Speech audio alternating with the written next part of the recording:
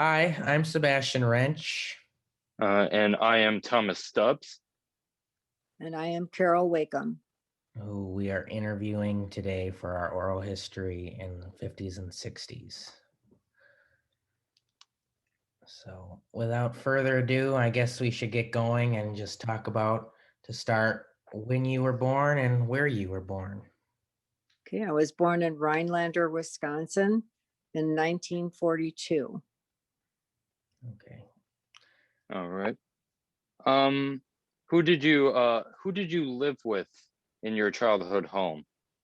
Okay, in my childhood home, I lived with my grandparents in a little town called Hiles. It was one street, and pretty much everyone knew everybody.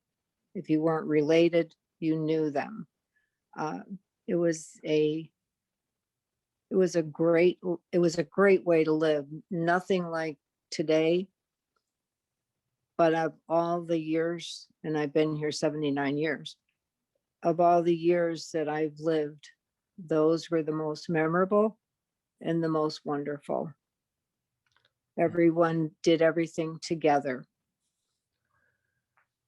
It's very nice. So what were some of like your earliest childhood memories from like your youngest ages, if you can recall any of them? I think the youngest age that I really remember everything was probably 5 years old, where I was memorable. I remember my grandmother was the post office. She was a postmaster, and the post office was in our house.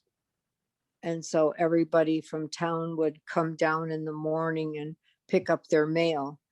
And I used to sit on the sewing machine that was in the post office, and everybody would come for the mail. And I could remember just watching them come for the mail. And the schoolhouse was across the driveway from our house. And it was so exciting to watch everybody come for school. And in those days, there was no kindergarten. So I just couldn't wait to go to school. And so when the kids would come out for recess, then I would run across the driveway and play with everybody at recess time.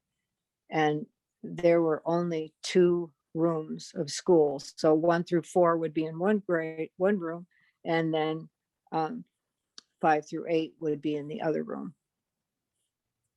So obviously, Did you think, oh, go ahead. do you think that elementary school being that small, did you think that was ever like challenging for you? No, I thought it was great. It was great. I was in the largest class there was, and there were 7 of us. Compared to today, that's very small. And obviously, that sounds like a very tightly knit community. Did you, going back to when you were so you saw all your neighbors and everybody where you lived every day then, if they came to get the mail, right? Yep, every day. How has that like impacted your life till today, like compared to today, and how did that kind of shape you as a person, kind of getting to know so many people at such a young age, which does not happen today? Well, it taught you how to participate in a community and how to be friendly with everyone. It's so different today because you don't know who lives next door to you, and you don't really seek out to be friends with them. In a small community like that, everyone knows everybody and they all help one another. We all played together, everyone went sledding together, parents, kids, everyone did everything together. And that's very different than what we had, what it turned out to be later in life here. And it still remains the same there. Nothing has really changed. Oh, really? Did you, from when you were in grade school, did you remember like a best friend or like any fun activities that you guys used to do? Oh, sure. I had a best friend. Her name was Jeannie Roberts, and we were together every single day. After I turned in, after third grade, then we were transferred to, they closed that school, And then we went to a little town called Argonne, which was 7 miles away. And we took the bus every day to that school. And then, but she and I remained best friends all through school, even when I left that town, even when I came down to the city to live, we still remained friends. And we'd spend the entire summer together. And it was like they never missed a step. You know, we still did all the same things together. We'd go fishing every day, and we'd go swimming every day, and we'd ride bikes and do the same things. It remained a friendship all of our lives. Mhm. So, All right. Now, yeah, you did talk about like switching schools and switching cities as well. Do you think switching schools or switching cities, was that difficult for you Very, emotionally? very, very different. I was in 7th grade when I went to Chicago to live with my mother and my stepfather. And it was totally different. And it was very scary. I mean, all those people, and nobody knew anybody. I didn't know anyone. And nobody really spoke to you or talked to you. And you didn't make friends very easily. And teaching was so different. You know, the teachers were different. You went from one class to another class, so you didn't get to know that teacher. I mean, in a small town like that, I mean, you could go out, you could go to church and you'd see your teacher or whatever. And in the city, you just didn't have that closeness. mhm. So it was pretty much a drastic change, and you had nobody but your best friend to kind of help you get through it, right? Yeah. When after, that was when I spent my summers there. And every holiday that I possibly could be off of school, I used to take the train from Chicago um, to a place where it made a stop not far from there. It was like an 8 hour train ride. And I would come and stay as much as I could. Wow. So was it hard to not have any, you had no siblings, correct? Was that difficult? Yeah, I had no siblings. It So, was very difficult. I miss I I missed my I missed my grandparents a lot. That was hard. mhm. Hmm. You did mention what your grandmother did, but you didn't mention what your grandfather did. Where did He, your grandfather work? And do you think that where, if he did work somewhere, that did that have any impact on your life? oh sure, he worked for the government, the forestry. He built roads and uh, all that kind of stuff. And um, he drove a big grader that made roads and stuff. And so um, there were days that when we didn't have school and stuff, I used to go with him. I used to go with him to work and um, drive the grader, and he let you do a lot of things. He was a great man. He was a fisherman. We would go fishing every single day after school, and he was a guide for fishing and hunting. And he was quite the fisherman. So then opposed to now, you didn't have stuff like TV, so you did No, everything outdoors, right? yeah. Well, we did not have television. We didn't have television at all. Mhm. And I never ate in a restaurant. I never had only had homemade food. Um, my grandmother baked bread all the time. I never had a piece of bread that was bought from a store. Didn't really have any food really that was bought from a store.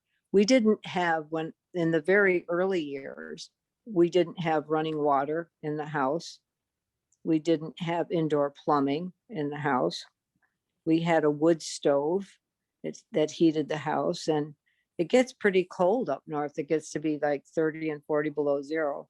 And in the morning, you could wake up, you could write your name on the wall in the frost.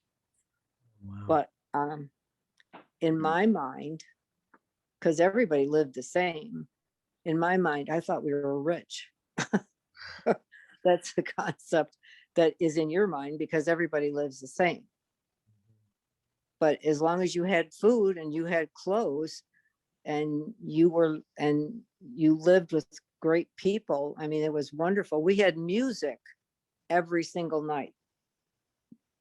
My aunt played an instrument, my grandpa played several, my grandmother played the piano, and my mom played the saxophone, and my aunt played the saxophone. There was music every single night.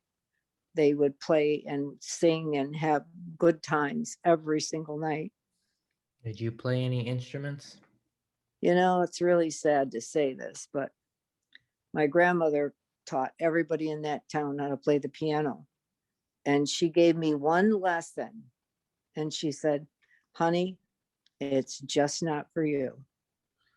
And so no, I don't play any instrument. So going back to what you said about like not really going to a store or going to a restaurant, how old were you when you went to your first restaurant and what was it like compared to like the simple I like was 14.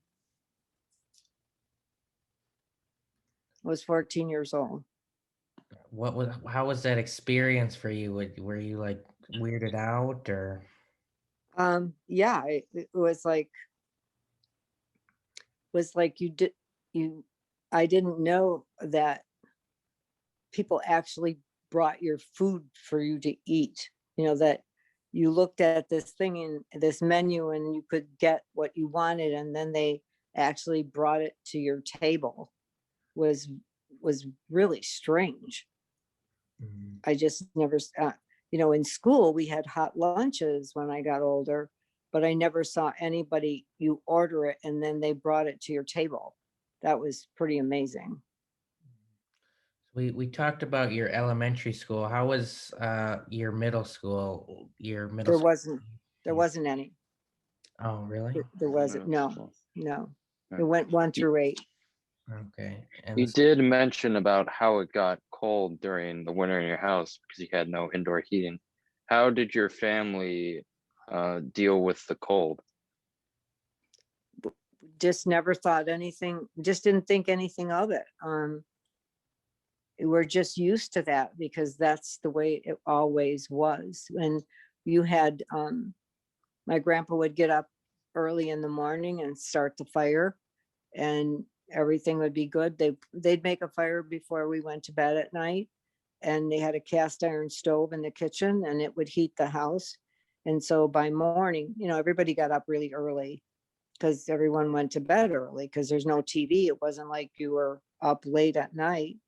And so then by early morning, the fire would be out, but the house, you know, the house wasn't frozen. It just got that frost because you weren't as insulated in your home. It's a log house. And so, you know, it didn't have the insulation. But as soon as he got up in the morning, he started that fire and right away the house was toasty and everything was good. I love the winter. I still love the winter. I like it when it snows. I like it when it's cold. And you just get used to that, just like people in Florida get used to the heat. Mhm. You don't really think much of it. So with that, kind of talking about your grade school age, how was that different from when you went to high school and where did you go to high school? I went to high school. It was Foreman High School, and it was really different. My mother and stepfather were very strict, so we didn't have. It wasn't. They were not very lenient about things. I really didn't get to go to.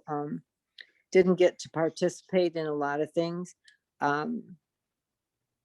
Like dances and stuff like that. Very, very infrequently could I participate. Although I did belong to a swim team and I did belong to a baseball team, but they never attended they never attended any of those things that I did. They just didn't participate in them. Mhm. Do you Were have? you Go ahead. professional in swimming or baseball? Yeah, I Mm. competed in, I was in water ballet, and I competed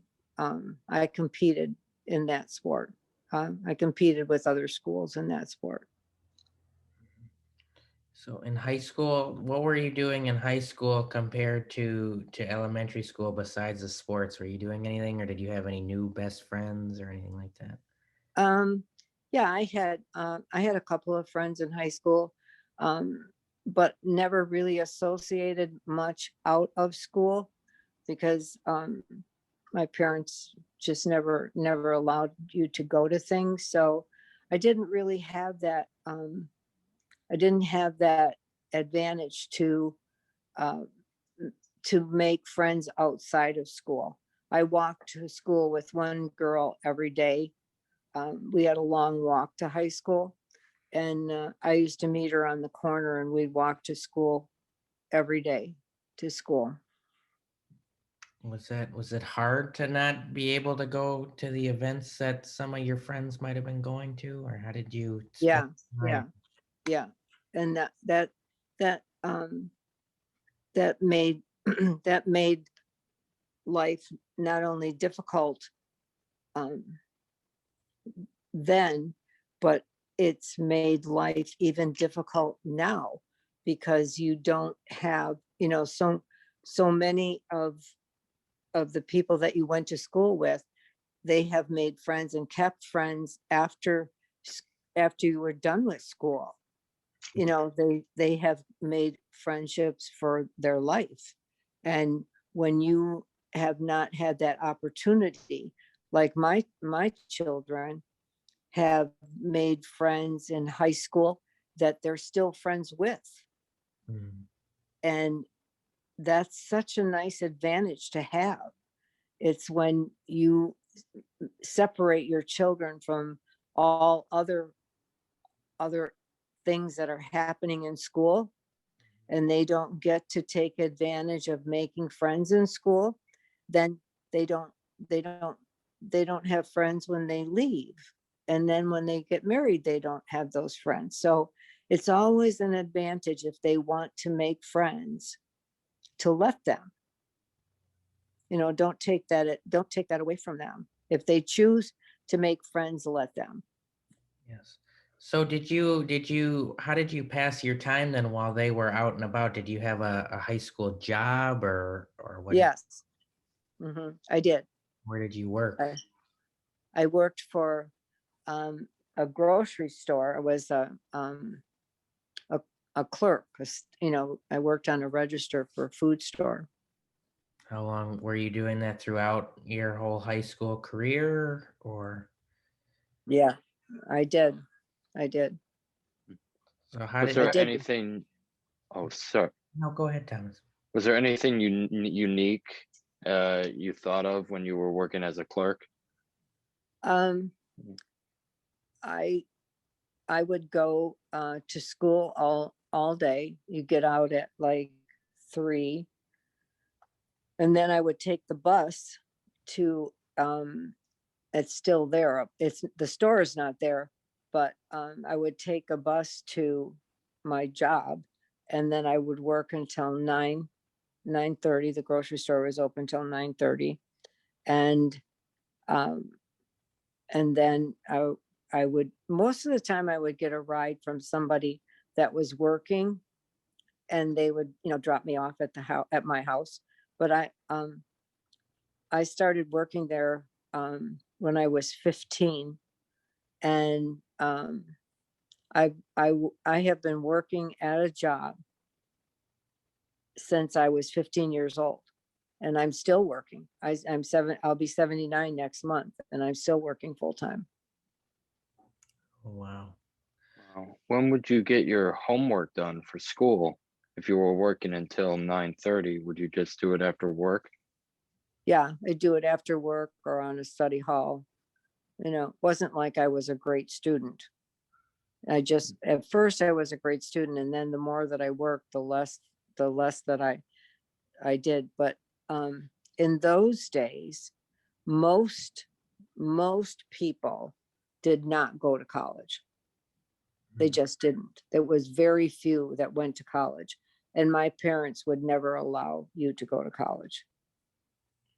They would never allow you to go away from home.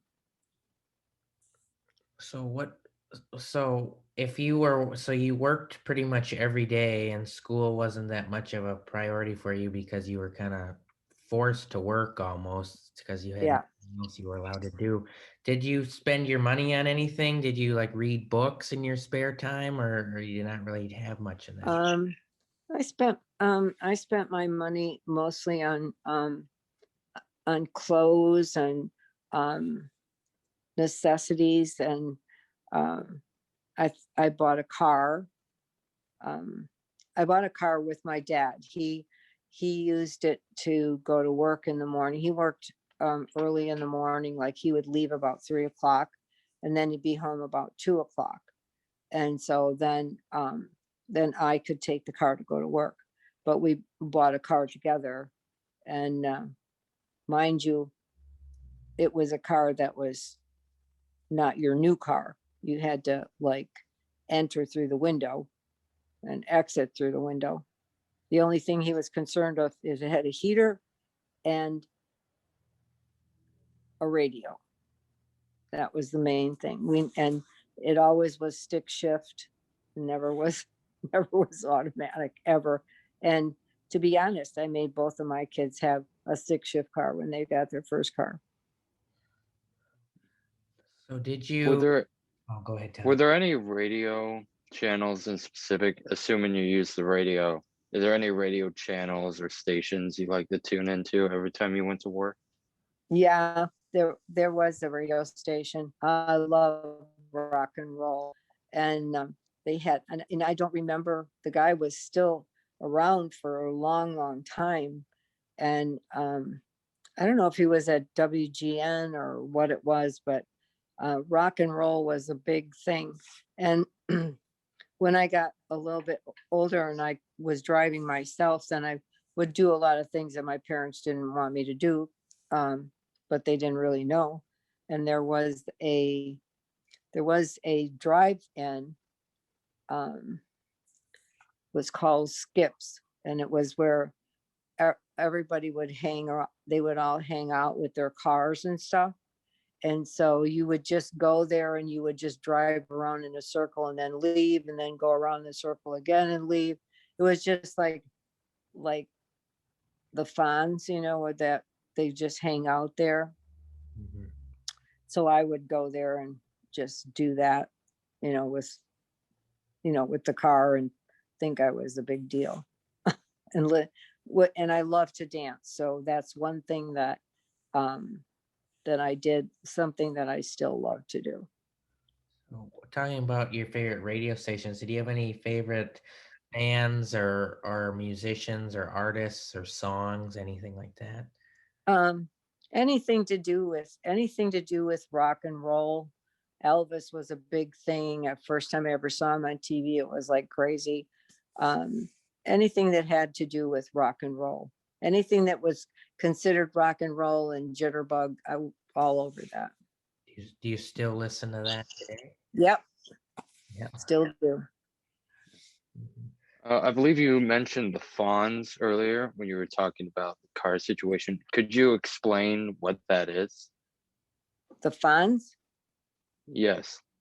Oh, it was like a TV show, and he was, he had a leather jacket, and that's, that was the look.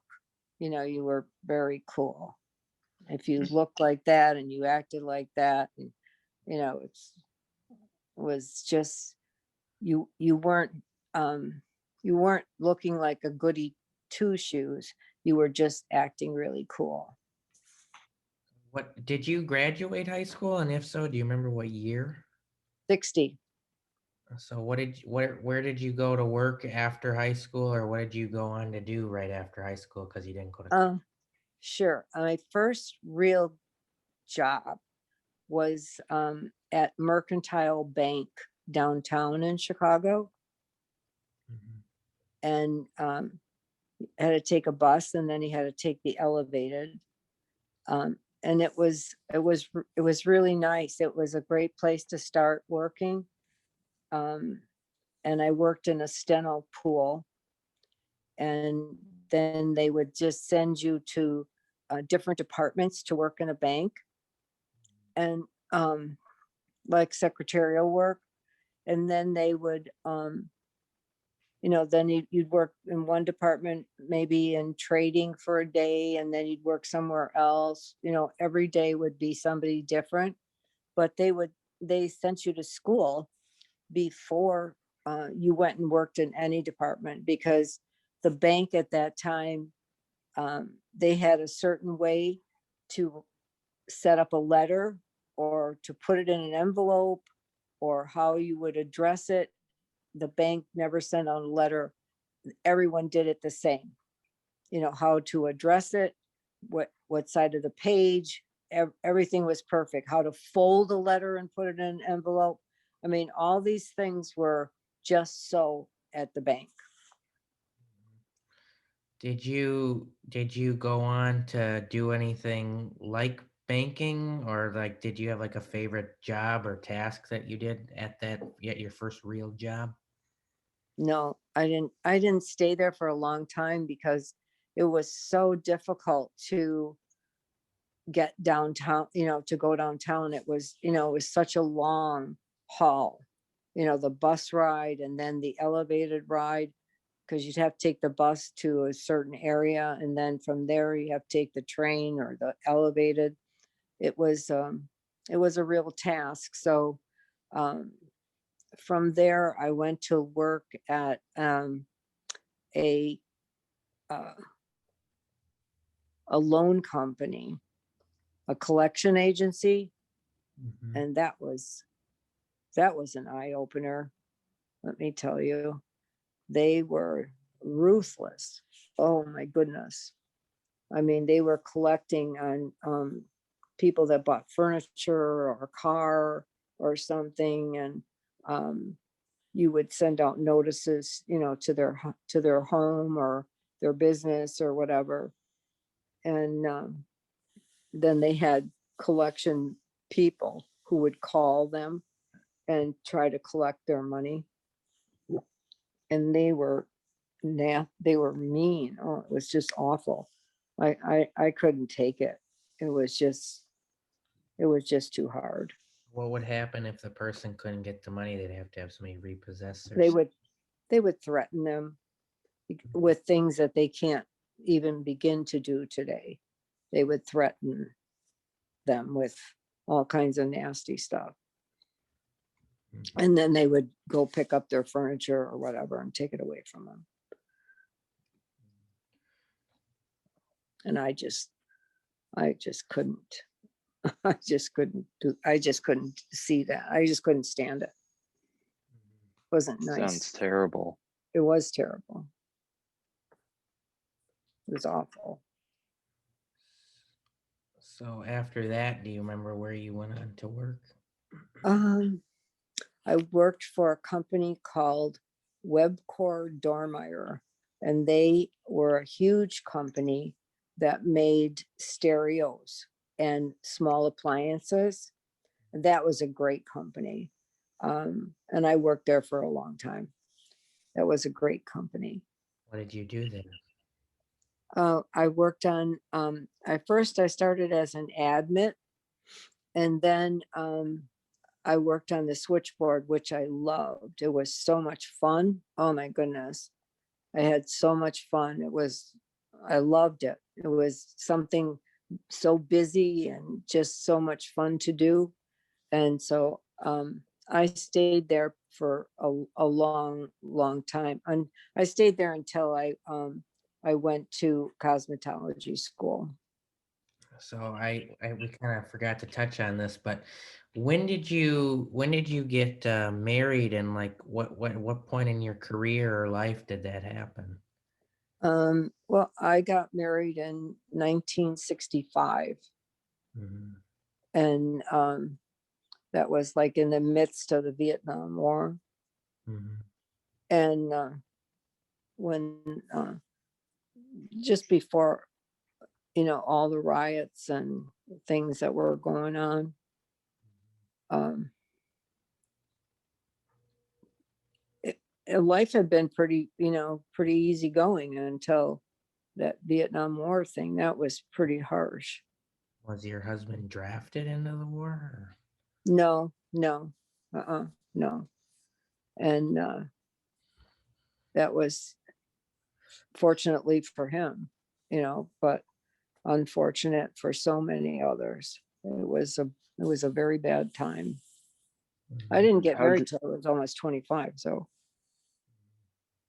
how did the Vietnam War make your life more stressful? well, because people were so upset, so divided, you know, things things were so n- nasty, so many people didn't think that we belonged there, and other people, were so many were sacrificing their life. I mean, so many, it was horrible. It was horrible. And then, all the riots that started at that time. I mean, I was living in Wisconsin then. My husband was from Wisconsin, so I was in Wisconsin, and they were burning down the city. It was just, we were under, we couldn't go anywhere, we couldn't do anything. It was just it was really a bad time. Did you know anyone who personally was drafted or had to fight in the Vietnam War? That lost their life. Well, that or that you just knew like they were your friend and they had to just all of a sudden go off to a foreign country and risk their life. Yeah, there was some family that lived in that small town, Mhm. and uh, their son was killed in Vietnam. um, there were others that went to Vietnam, one that lived there and he came back. He had married a Vietnamese girl there. I have another cousin that married a Vietnamese girl, um, and they're still married and live in Wisconsin. Um, and there are just so many. I went to Washington, and went to the went to that wall for the Vietnamese, for soldiers. It, it was, it'd take your breath away. There were so many that lost their lives. But the cousin that I lost, and he was he would begged his mother to go, begged her. He was so young, and she finally relented. He was only there a couple of days, and he was dead. Oh my goodness. Yeah. Did you have anything to like help get you through that or take your mind off? Like, did you go to church or do something like that? Um, no, no. Actually, during that time, my husband and I didn't even have television at that time. We just chose not to. Mhm. Didn't didn't have TV. Didn't didn't want it. Just didn't want to see all of that stuff that was going on. Yeah, you were probably one of the few people that didn't see what was going on, which is probably a good thing because at that time most people were that was like a television war. You could see pretty much. Yeah, it was more than you could. It was more than you could bear. It's just, if they weren't, well, it's just like now. If they weren't killed, they were missing legs, arms, mentally challenged when they got home. And those that married a lot of people and brought them over here, it was hard for them because they left all their families. It's just, it was the ruination of many family lives.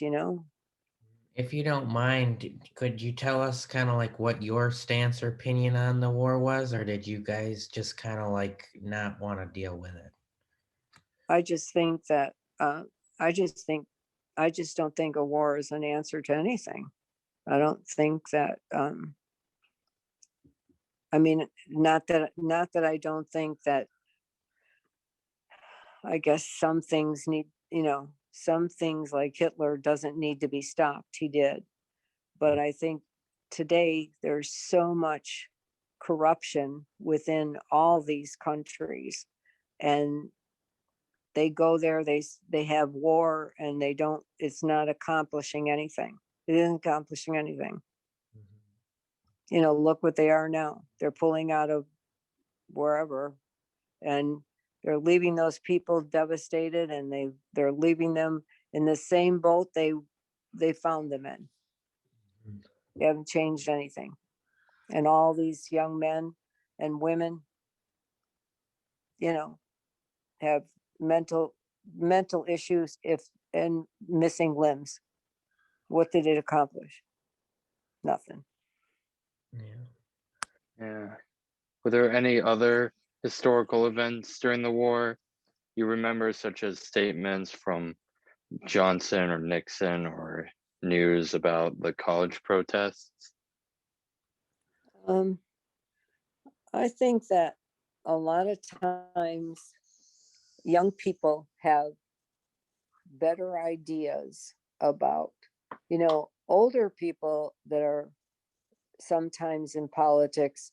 It's not all about what's right, it's all about money. And I think sometimes younger people have good ideas. And I think we should look more toward trying to make the peace instead of trying to get a peace. This world has turned into, it's like, I come from a city where we didn't have anything, and it was the greatest life ever. We lived off the land. Today, all the food and things that we have, they're poisoning us with all of these chemicals and all of this stuff. People are starving. And yet some have so much and some have nothing. But we don't want to share. We don't want to give of anything. What's mine is mine, and I'll never give you a thing. And it's so sad. And I certainly don't want my children or my grandchildren or their children to ever feel that they should never give a helping hand. Every time I see somebody on the street corner that's got a sign that says I'm hungry, people say, oh, you shouldn't give to them because, blah, blah, blah. No, you know what? I don't care if he uses it for whatever. I feel a whole lot better if I just give him a couple dollars, and maybe he's going to, maybe he does need to eat. And if he doesn't, so be it. Mhm. How do you think that the world, or especially the United States or the Midwest, would be today if we kind of stuck to the mentality like from your hometown where we all knew each other, or to some extent we all were more caring and giving and loving and all that? I think we'd be a lot better off than we are, living all these lies Mhm. and hating each other. I mean, we look at we you know we look at the people that are supposedly watching out for us and taking care of things in this country or in this world, and what are they doing? They just fight. That's all they do. They fight with one another. Nobody wants to do anything together. And in that small town, everything was done together with their children, with their families, and with the other families. No, they're not interested in that. They're interested in making a name for themselves and making money for themselves. They all live in big, monstrous homes and make all this money. They're not interested. They're not interested in anything but themselves. They're selfish. And getting back to kind of like the war, did that affect your job or your career or your husband's job or career at all? Not really, no. Mm-mm. No, no. Because when you're a hairdresser and you're working in a place where there's a lot of wealthy people, didn't phase them in the least. Where They're were still doing the same thing they did before that war started and after that war started. The only people that pretty much affects are people that have nothing. where were you a hairdresser? In Elmhurst, Illinois. I don't know if you ever heard of Mario Tricosi's, one of the biggest deals in hairdressing in Illinois and everywhere else. And I worked for his wife. Oh, that's nice. You know, I haven't heard of him. That sounds kind of cool. Yeah. Can you tell us more about your experience as a hairdresser, like what you enjoyed about working as a hairdresser? Oh, I had a lot of fun. You know, there's the people that the people that you meet, their little idiosyncrasies, the things that they tell you. I mean, they wouldn't, as they say, they wouldn't tell it to anybody else. And I got to meet Bobby Hull's wife. She was coming to the shop. I was meeting, there was a big bakery here called Bittner's, huge. And she was coming in, and I mean, we would have so much fun. Not only did we have much fun with them, but we had much fun talking about them. Uh, it was it was a fun job because I worked with a lot of fun people. So today they don't work in shops like that. Everybody everybody buys a chair. They call it buying a chair, but this wasn't like that. This was, you worked in with everyone. It was owned by one. Actually, I'm still in contact with his wife, his ex-wife. They've been divorced for many years, and she is still in contact with me. And she's an amazing woman. So kind and so nice, as opposed to her husband. He's he's not that nice. But um, you just meet all kinds of people. You know, some are nice, some are not, some are funny, some some people come in and want this extravagant. At those days, everybody was having these big high hairdos, you know, that were up sky high, and their hair was teased up and standing a foot off their head. And you know, they'd come in and want to look like this picture. They would show you this picture and they wanted to have that hairdo, but they weren't going to look like that picture. You know, even if they had the hairdo, they weren't going to look like that picture. But somehow in their head, they thought that they were going to look like that picture. You know, so if your hair is bleach blonde like Marilyn Monroe, you can bleach your hair like Marilyn Monroe, but unfortunately, you're not going to look like Marilyn Monroe. You're still going to look like yourself with bleached hair. Going So back, go ahead. Oh. I Do you just think you had any like big influences for, you know, like you said, Marilyn Monroe? Do you think you had any like, do you think any customers had any big like influences from those popular figures, get hairdos like them? No, no, but we sure did have a lot of laughs, because when they left and they looked goofy, we did a lot of laughing, because they, you know, it's like you can dress them up, but you can't take them out. I mean, they thought they were gorgeous, trust me, but we would just, I mean, they look so ridiculous, but it was so funny, but they were happy. I mean, it wasn't that they were unhappy. They were happy, but I guess it's all in the eyes of the beholder. Cause my goodness, oh, ridiculous. But we would just laugh and think we just had more laughs about people. I mean, I can remember one lady giving me such a hard time. She was just, there was no pleasing. No matter what you did, you couldn't make her happy. It was just awful. So finally, I just had to say, you know what? You need to just get out of the chair. Just need to go home. Go home. I can't help you. You need to go. Because it was just, I was at the end. I couldn't do any more for her. It's like, okay, it's time for you to go. Going, And, go ahead. and that was it. She had to get up and leave. Going back in time a little bit, you didn't really touch on this, but how did you like become interested in being a hairdresser? Like how did that get going? Well, I was such a fanatic about my own hair that I would go in one beauty shop and have my hair done and hate it. And I'd go right into another one to have it redone because I was a fanatic. So I just liked doing it. So my mother said to me, well, why don't you just go get a license and do it? So I did. I mean, it takes a while to get a license. I mean, you just can't go in and say, well, I want to get a license. It took a year of school to get a license. And here's the difference.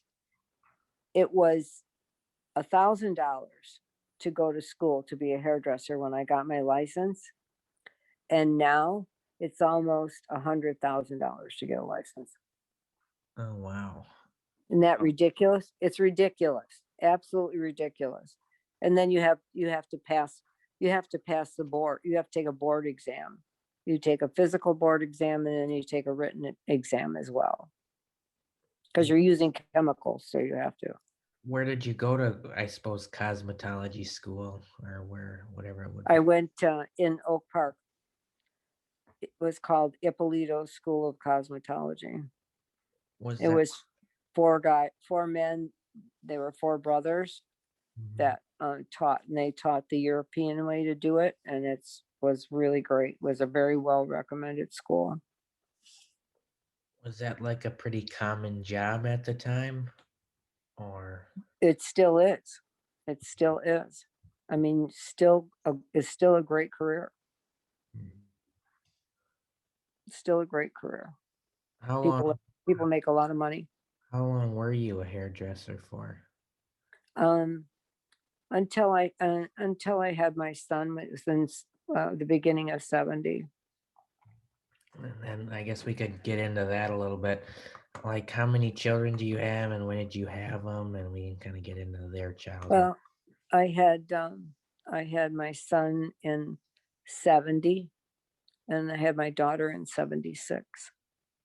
So yeah, So, two so children. my son is 50. Go figure. I can't believe it myself. Did you have how did your life change when you had your kids besides not working anymore or working as a hairdresser? Oh, it was really different. My son was a very difficult baby. Needless to say, he never slept one night for the first 5 years. So Oh, that was why there's a big gap between him and his sister. He was a hard baby. But I really wanted to have a child, but I was, at that time, getting married at 25 was late in life. Everybody I knew was engaged in high school. I mean, people got married at 18 and 19 then. Now that's unheard of. And then when I had my daughter, I was 34 or 35. I was the oldest person in the maternity ward. People were not that old having children. Now that's very common. So were you a stay-at-home mom while you had your two young kids? My husband had a janitorial service at that time. No, I took my kids and went to work with him, and I laid them on the floor and worked with them. Janitorial services and like cleaning company type? Yeah, yeah, Did you yeah. enjoy doing that type of Did work? I what? No, No. that would be a definite no. Where did you have to go and clean? Factory, like offices, Was it never homes, but offices. was there anything in particular that you like remember about like not liking that? Well, I don't think anybody likes cleaning toilets. Trust me. How long would But you have to work for? never late. Probably 9 o'clock. But when the kids got a little bigger, I could run one of those big machines, that waxes the floors. Those circular things. I could run those really well. And so I used to put them. I used to let them sit on there, and then just let them ride on there. They used to love it. We just have such a good time. But I didn't really mind because we were there all together. It wasn't like I was going by myself. We were all together, So and when they were good, and you know we'd be out maybe 3 hours or something at night. He did a lot of stuff during the day.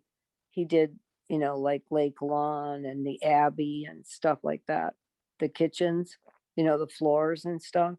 And he did all the windows. so And I wasn't involved in that. you mentioned those two places. I know the Abbey, I believe, is in Lake Geneva and the Lake Yeah. Resort is in Lake Delavan. Were you living in Wisconsin at the time or were you still in? Yeah. We lived in Lake Geneva Oh, for 18 years. really? Is that so that's where your kids grew up then? Yeah. And then what were you doing as they got a little older, as they were like in school full time and all that? Were you still doing the cleaning company or? Yeah, he had a big cleaning company, and carpet cleaning.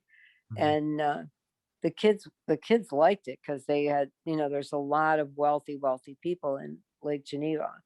And he got well known, and he would go into these multi-wealthy homes, and they leave him a key, and they'd have the kids would go with sometimes, and they have a big they have their own chefs and everything, and then they'd have like a candy bar, like a room, like a little ice cream room, and they could go in there and eat candy and ice cream and do all that kind of stuff. They were like in heaven. And just they'd have a really they'd have a really good time. So he had a lot of accounts that were really big. And I don't know if you want, can you take things out of this thing, out of this? You can edit. Yeah. Oh, yes, we can edit You it can out. edit. Okay, well, in the late 70s, I worked at the Playboy Club that was in Lake Geneva. Mhm. And I don't know if you want to leave that in there, but that was a great job. Mhm. That was As a we, that was a well, fun place to work. we talked about the Playboy mansions in our class. We can leave that in if you want us to, I don't if care. you're fine with I it. just Okay. I just don't want the I don't want you to get in trouble. No, we No, we're perfectly fine with it. Yeah, but that wasn't until 78, so that's not in the 60s. Mhm. Hmm. So what were you doing when did your kids go to college? Were you still in like? My daughter, not my son, but my daughter did. She's a school teacher. Okay. And how was it like? I know some parents talk about like letting their kids go. How did you handle that? Or what did they Letting I do? was totally different. I was totally different than my parents. Totally. Mhm. I didn't the only restriction I had is like they could, they were perfectly able to have friends and do all those kind of things. The only restriction I had was no dating until you're 16. Mhm. They could be out with friends, groups, but no dating till 16. What was dating like for you in the 60s? I wasn't, well, any dating that I did had to be chaperoned, even in my 20s. Oh, wow. Yeah, Yeah. feature that. Totally unlike today. Oh, And everyone. really? And I had a curfew at midnight. Mhm. Did you ever miss curfew, or did you always make it home on time? Always made it home. And my mom would be standing in the window waiting. It was so lovely. So when did you were born in Wisconsin, then moved to Illinois, and then you came back to Wisconsin? When did you go back to Illinois? Um, After my kids, my daughter was in first grade, and we moved here because of the job opportunity, more people for job opportunities. He still had his cleaning business, but there was just more work here besides going. He still kept everything in Lake Geneva, but he had more opportunities here as well. So you just that long And, ago you just moved. and I also worked for my dad here. My dad owned a restaurant here in Illinois. He had 2 restaurants actually, What were those? but I worked at one of them, What were those restaurants called? Michael's. Oh, What was your experience like working at his restaurant? Well, it was okay. My dad was very difficult to work for. Awful. I don't know. I don't have a lot of. I don't have a lot of. He was very successful. The restaurant was very successful, and but he was very difficult. Very difficult. what happened to the restaurants? Still there. Really?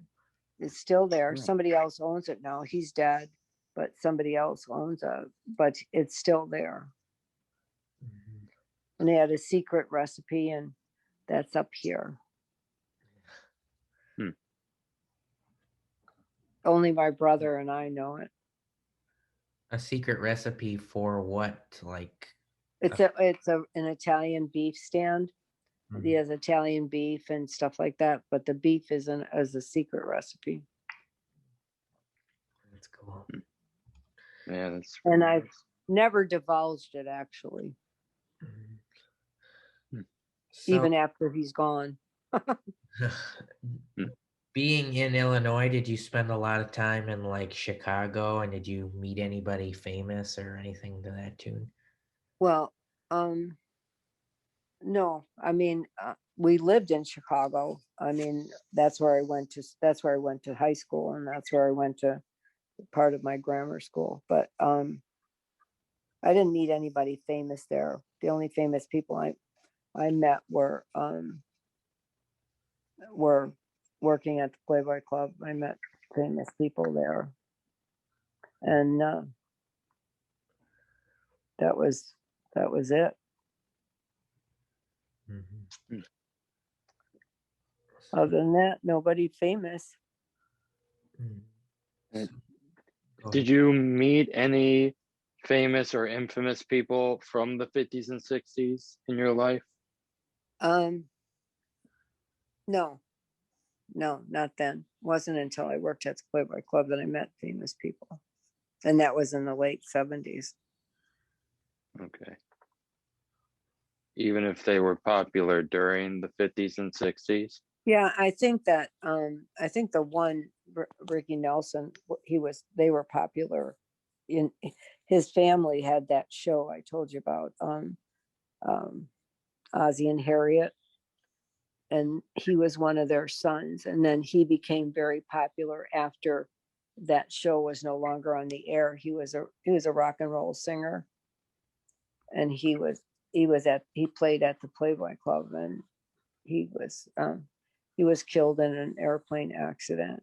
He was a really nice person, so nice, very kind, very generous, as opposed to some of the people that were famous that played there. Mhm. Hmm. So getting kind of back to like after your kids graduated high school, what had you been doing? Where were you working? Where as time I was working at well, where I am now. I work at Thermos. They make the bottles and coolers and stuff.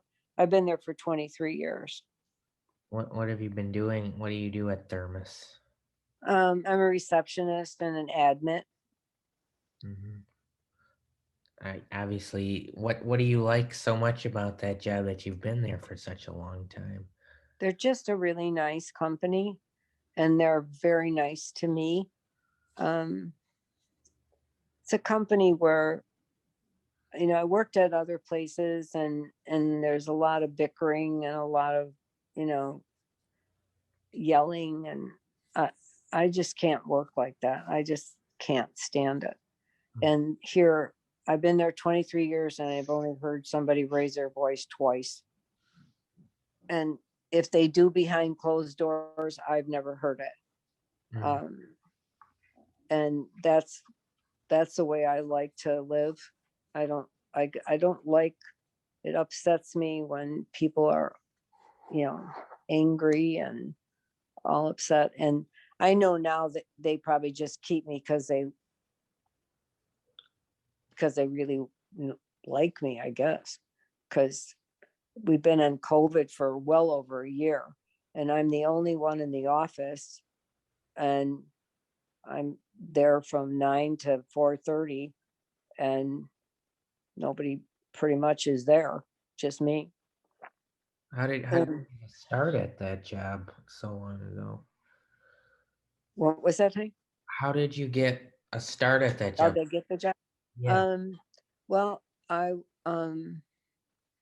was at a mortgage company, and they were going to go out of business, and I was looking for a job, and um, my grandmother, who I was extremely close to, was ill, and she was living with my mother, and I had interviewed for the job, and I got the job, but my grandmother was dying, and so I wanted to be with her. We weren't sending her to a hospital or anything, and I wanted to be with her.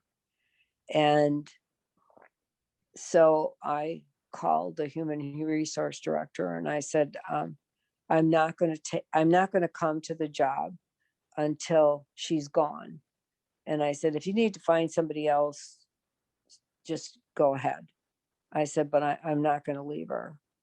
And so it took her 3 weeks to die, and they waited, and I've been there ever since. And I've been good friends with the girl in human resource ever since. She's,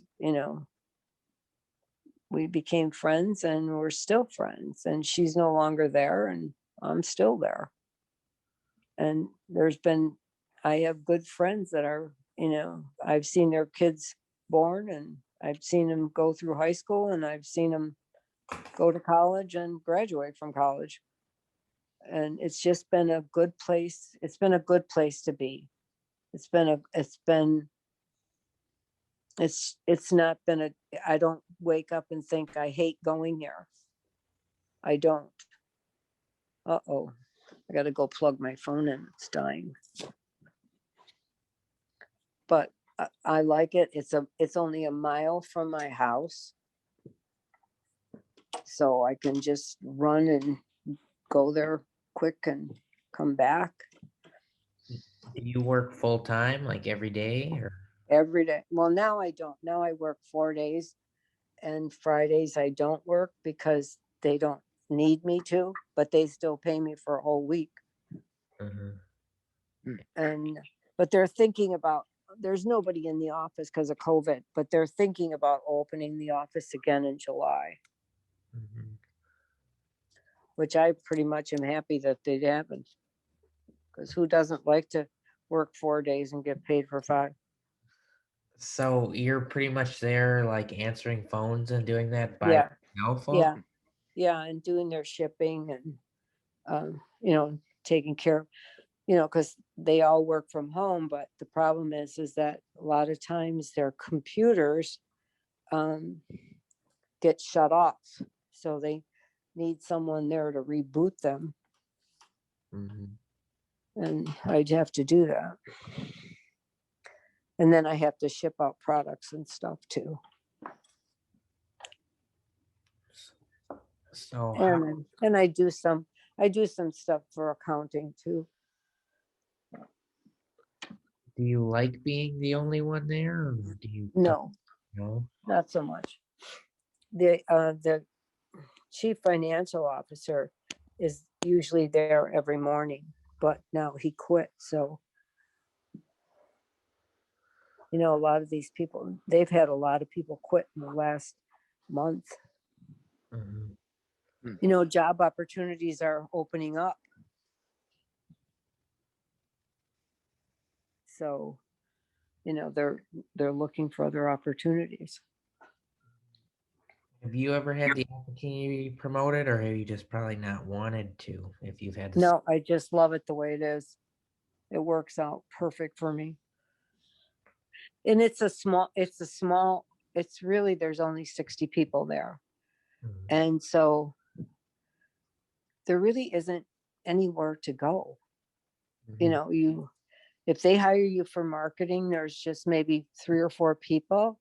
So you're not going anywhere. And that's why they're starting to have a turnover, is because they're hiring all these young people. And so they stay and get their foot in, for 2 years, and then they move on to get a better salary. So that job is kind of is it kind of like close to home to you because it's like a small-ish company and everybody Yeah. knows everybody. It kind of goes back to that. Yeah. I mean, how could you? I mean, I'm at this age, nobody's going to hire me. And it's so close, and they're so good to me. If if I get sick or something, I live alone. So if I didn't show up, they they they know there's something wrong. Hmm. They try to find out what's wrong and why am I not there. I never miss a day. So there must be something that's not right. Hmm. Were you able to do your job there the whole time, or did you have to work from home for a little while too? I never could work from home because I don't do anything to work from home. No, they just paid me for I don't know how many weeks, um, just to sit here because I couldn't go anywhere. Uh-huh. Nobody was allowed to go anywhere. I don't even own a computer. Talk about somebody living in the dark ages. That's probably better off you don't own a computer. Yeah, it's not necessary. I go to work and there's one there. I don't do anything that I need to have. If I want to order something, I call Thomas or Susanna or my son. I don't really need to have one. Hmm. I mean, when they tell me I can't come to work anymore, I'm probably going to have one because I have bill pay. They pay, they just pay the bills. I don't even look at that. Hmm. You know, Getting so lazy, right? Mm. So and when I can't figure anything out, I have to wait till I go down by Thomas and then he figures it out. I mess up my phone and they fix it. So do you have a TV now? I apologize. Yeah. Yeah, Or- I got it. I have TV now. I can't be without it. It's uh, on day and night. Yeah, It's do you it's on day remember? and night, but I have to be careful because if I try to go to Netflix and all those things, then I have a hard time going back to the regular thing. I met Suzanne when I met Thomas's. He has to fix the TV because inevitably I have press a button and I can't get back to where I want to. He fixes it. Do you remember the first TV you owned or at least commonly used? Yep. I remember the first TV we got when I was with my grandma and grandpa, and it was an Admiral TV because my uncle worked for Admiral. And it was we plugged it in the kitchen, and all the neighbors came and sat on chairs like we were in a theater and watched TV. And that was still when it was black and white, or did you get one later? Black and yeah, there was no colored TV. It was black and white. And I might add that when we first got an antenna for it, it was through the roof next to the stove, the cast iron stove, and it had a handle on it, and you had to turn. It was on the roof, but it came through the roof into the house, and it had a handle on it, and it was a big antenna, not like just this little thing on the roof. It was high up in the tree, by the trees, and you had to turn it by hand because there still is only like 3 channels that you get, and so you'd have to turn it so you could get another channel by hand. What would you watch if there were only 3 channels?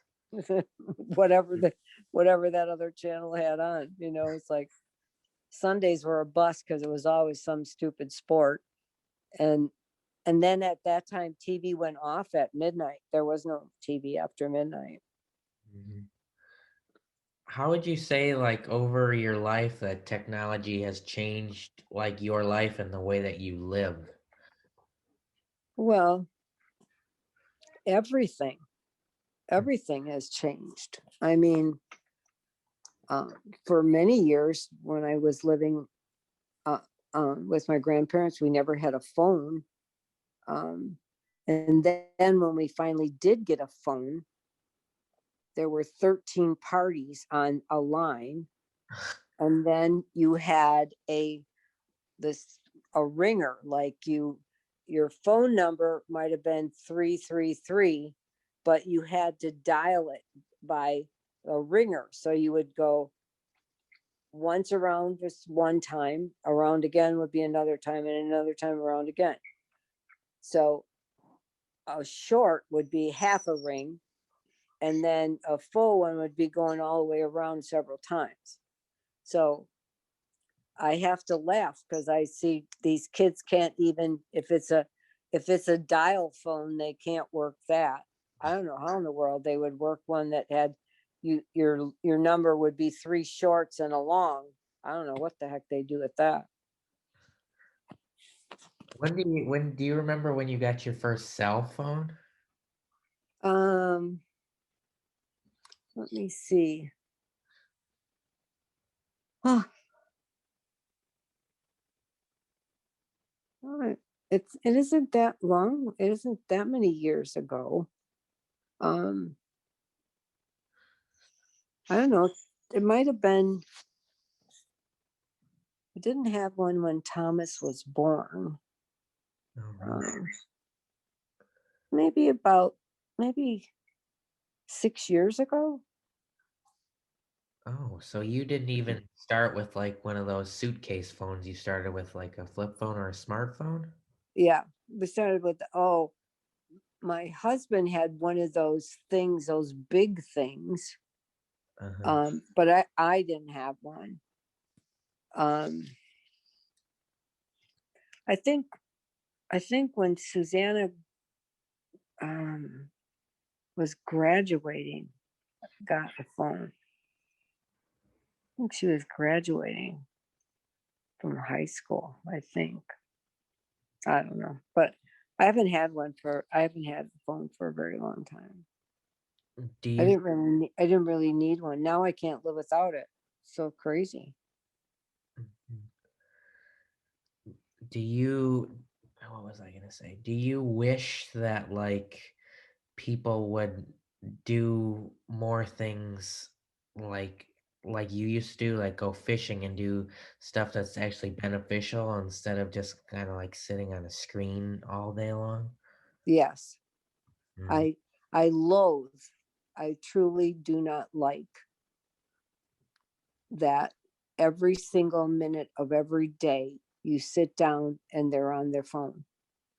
mhm. I don't like it. They don't People don't communicate enough, Thomas.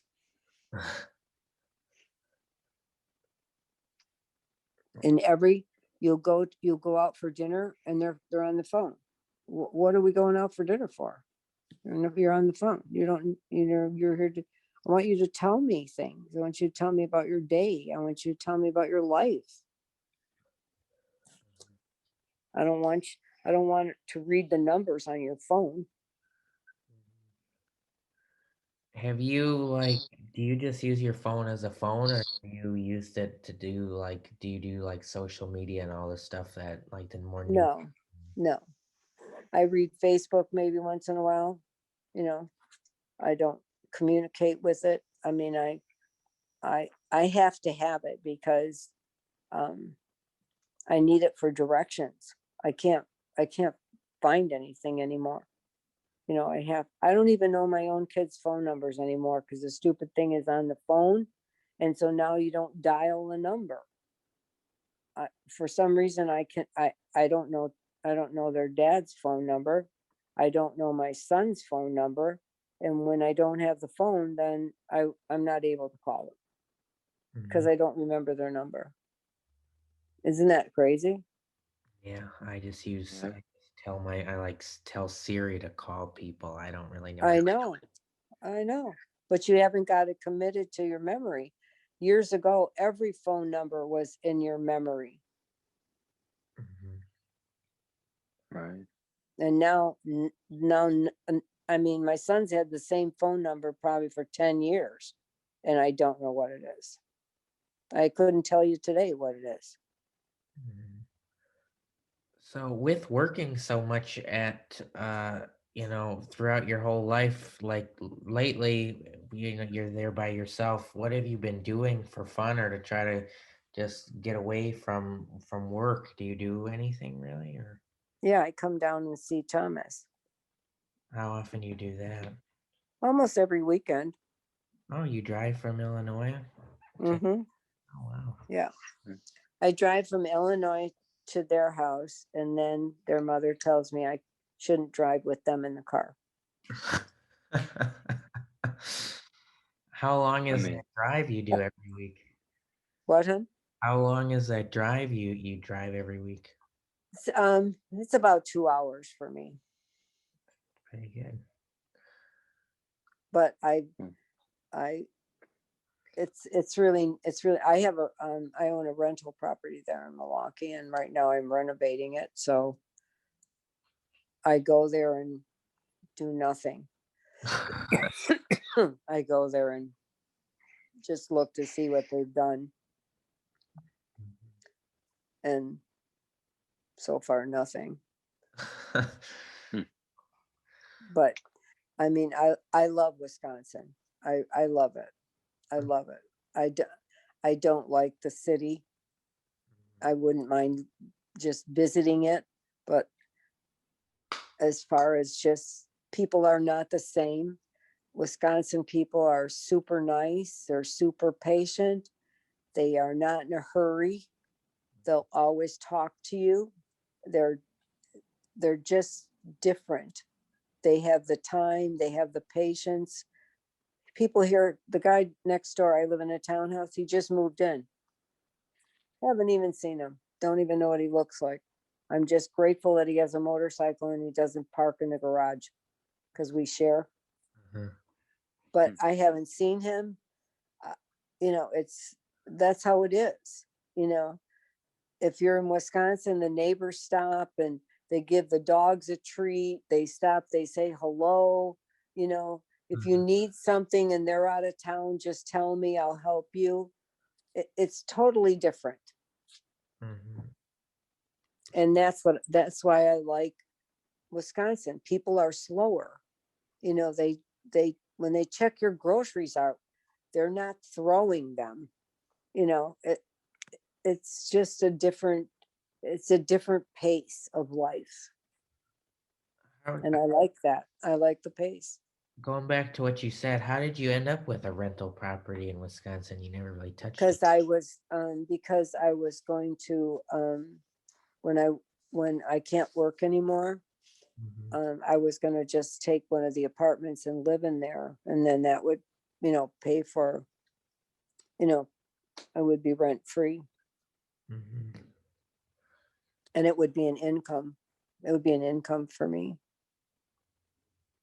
But then my son went and had a child, a baby. And I like being around that little baby. Mhm. So does all of your family live in Wisconsin for the most part, or no? No, just Thomas and his parents, and my sister lives here, in a suburb here, and we talk every day. And my son lives here, and my mother's still living. She's going to be 95 in a few days. She lives in Texas. She lives. My mom owns a big property there, and she has an apartment there. She lives by herself, and then my brother lives upstairs of her, and he's with her all the time. Um, and that's pretty much.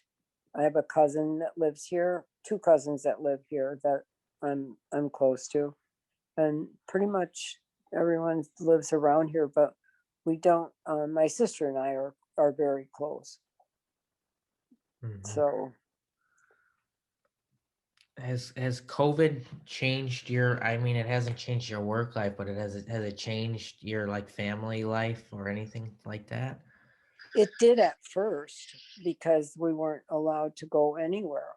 Mhm. And that was hard. I mean, it's especially hard when you're alone, Yeah. because we weren't really going outside at all. We weren't going to the grocery store. You weren't going anywhere. And then, you know, it was, you know, it was really hard. My son got COVID at Christmas time, and then my son-in-law had COVID, Toby's dad, and it just made it.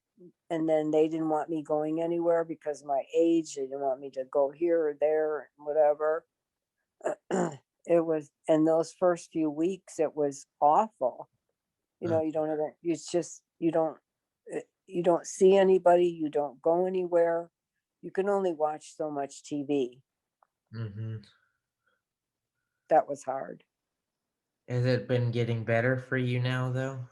Yeah, much better, because now you can go to the store, and you can, um, you can go shopping, and I can go to Wisconsin, and they're wide open pretty much, and you can be with all kinds of people, and and I can go over to my sons, and I can see the babies, and um, that's nice. And um, I went to Texas and spent some time with my mother, and it was great. It was really nice.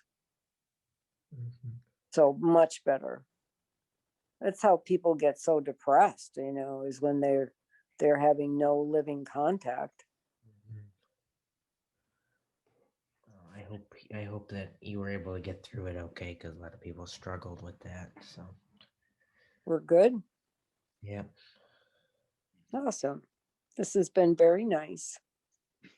Yes, Thank you for saying that. yes, it was very nice, a very interesting. Yeah, it was very nice that you thought of me. Yes, really I hope appreciate. it's interesting enough for you guys. Yeah, I was just about to say, I was really Yeah, for sure. appreciative of all the information that you had to offer. It's very eye-opening and different to hear perspectives that you normally would not hear. Yeah, I Yeah, I hope get to meet you in person, Sebastian. Yes, I like to meet you too.